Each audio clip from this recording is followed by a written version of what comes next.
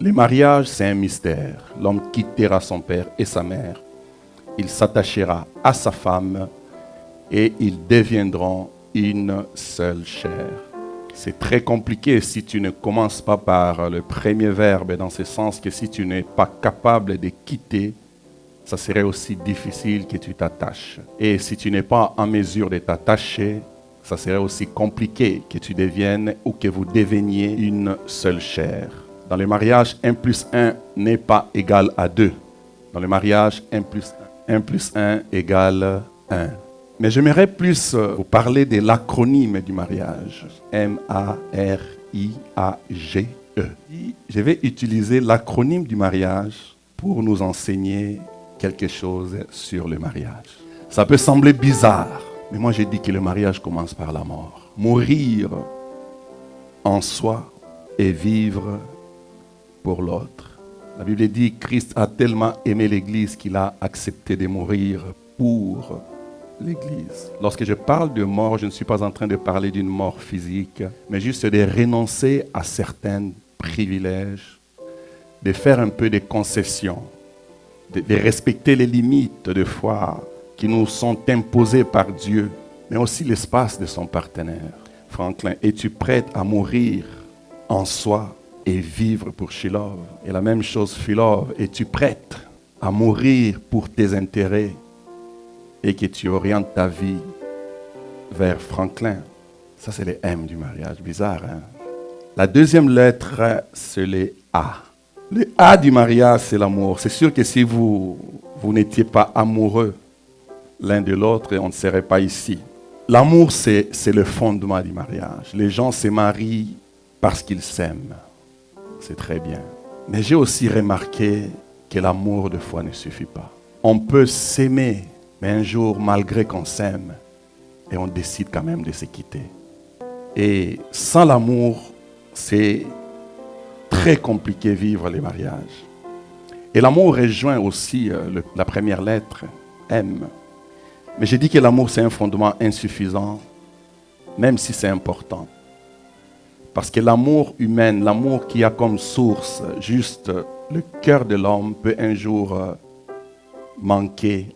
Mais le vrai amour trouve sa source dans la lettre R du mariage, que j'identifie comme étant le roc, la pierre angulaire, le rocher. Quelqu'un a dit l'amour des hommes, l'amour des humains, c'est comme le miel. Lorsque ça chauffe, tu chauffes le miel, ça devient amer. Amer, ça perd son goût. Mais la vraie source de l'amour, c'est Dieu. Parce que c'est Dieu qui est la pierre angulaire de votre amour. Donc si le M, c'est mourir en soi pour le bien-être de l'autre, le A, c'est ce dont j'ai besoin, l'amour pour que ça marche avec ma femme. Le R, c'est la pierre, le fondement qui soutient votre amour. Il y a deux façons de bâtir lorsque vous construisez. Le fait que vous vous mariez, vous êtes en train de construire. Vous êtes en train de bâtir quelque chose. Il y a de ceux-là qui bâtissent sur le sable. Et il y a d'autres qui bâtissent sur le roc. Et en bâtissant sur le sable, la tempête arrivera. Que vous le vouliez ou non, la tempête arrivera.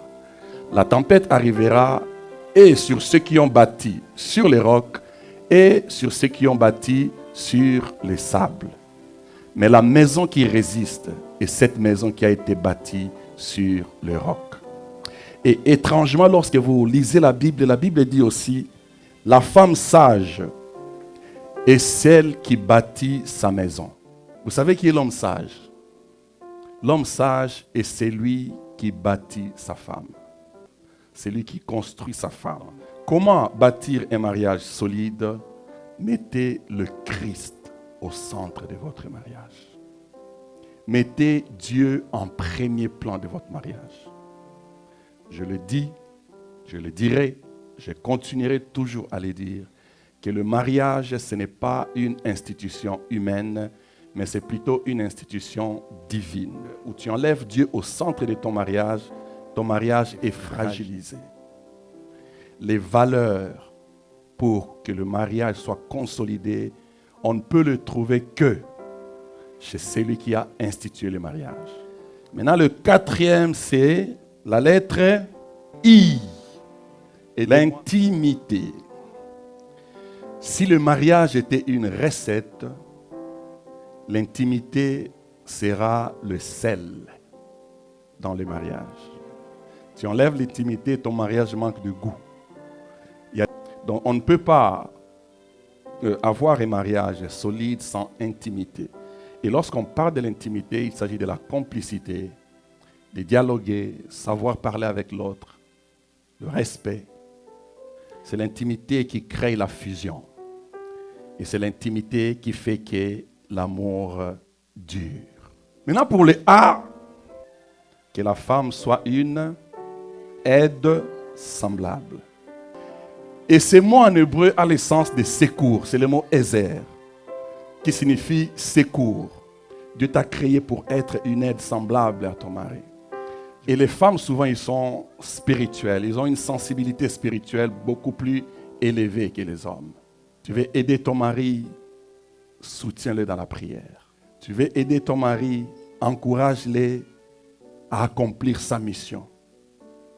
Dans une maison, il n'y a pas deux visions. Et il n'y a pas deux visionnaires. Il n'y a pas deux têtes. Si tu rencontres un animal à deux têtes, ça veut dire que tu as croisé un monstre. C'est comme dans un foyer. Lorsqu'il y a deux têtes, le foyer va se transformer en un monstre. Donc s'il y a une vision, ton rôle en tant que femme serait de soutenir cette vision, d'être réellement un Ezer, une aide semblable à ton mari. Ensuite, il y a les G. Il y a que Dieu a donné une mission à l'homme. Il dira à l'homme, tu seras le gardien du jardin. La responsabilité de protéger le jardin, de protéger le foyer, de protéger la famille contre les intrus, ce n'est pas le rôle de la femme, c'est ton rôle. C'est toi qui es le gardien, c'est toi qui es le sentinelle. Et ce n'est pas normal que tu continues à dormir la nuit alors qu'il y a des menaces autour de ta maison, même des menaces spirituelles. Tu dois être le premier prêtre de ta maison. Tu dois être le premier pasteur dans ta famille. C'est toi l'homme de Dieu de la maison, ce n'est pas ta femme. Donc fais en sorte que tu sois toujours plus spirituel que ta femme. Parce que si ta femme est plus spirituelle que toi, tu diras, ah, ma femme n'est pas soumise. Non, le problème, ce n'est pas ta femme qui n'est pas soumise. Le problème, c'est que c'est toi qui es dans la distraction. Joue bien ton rôle du gardien du jardin et tu verras tous les serpents autour, ils vont s'éloigner seuls. En tant que gardien du jardin, c'est ta responsabilité d'instruire ta femme. C'est ta responsabilité de cultiver ta femme. C'est ta responsabilité de faire en sorte que le E du mariage puisse s'accomplir. On se marie pour s'épanouir. On se marie pour s'exalter. Et ça prend l'entretien. Dans le « et », il y a beaucoup de choses qu'on pourra dire. L'exaltation de l'autre. L'épanouissement. Se marier pour rendre l'autre meilleur. Se marier pour rendre l'autre heureux. Et vivre sa vie pour enrichir l'autre.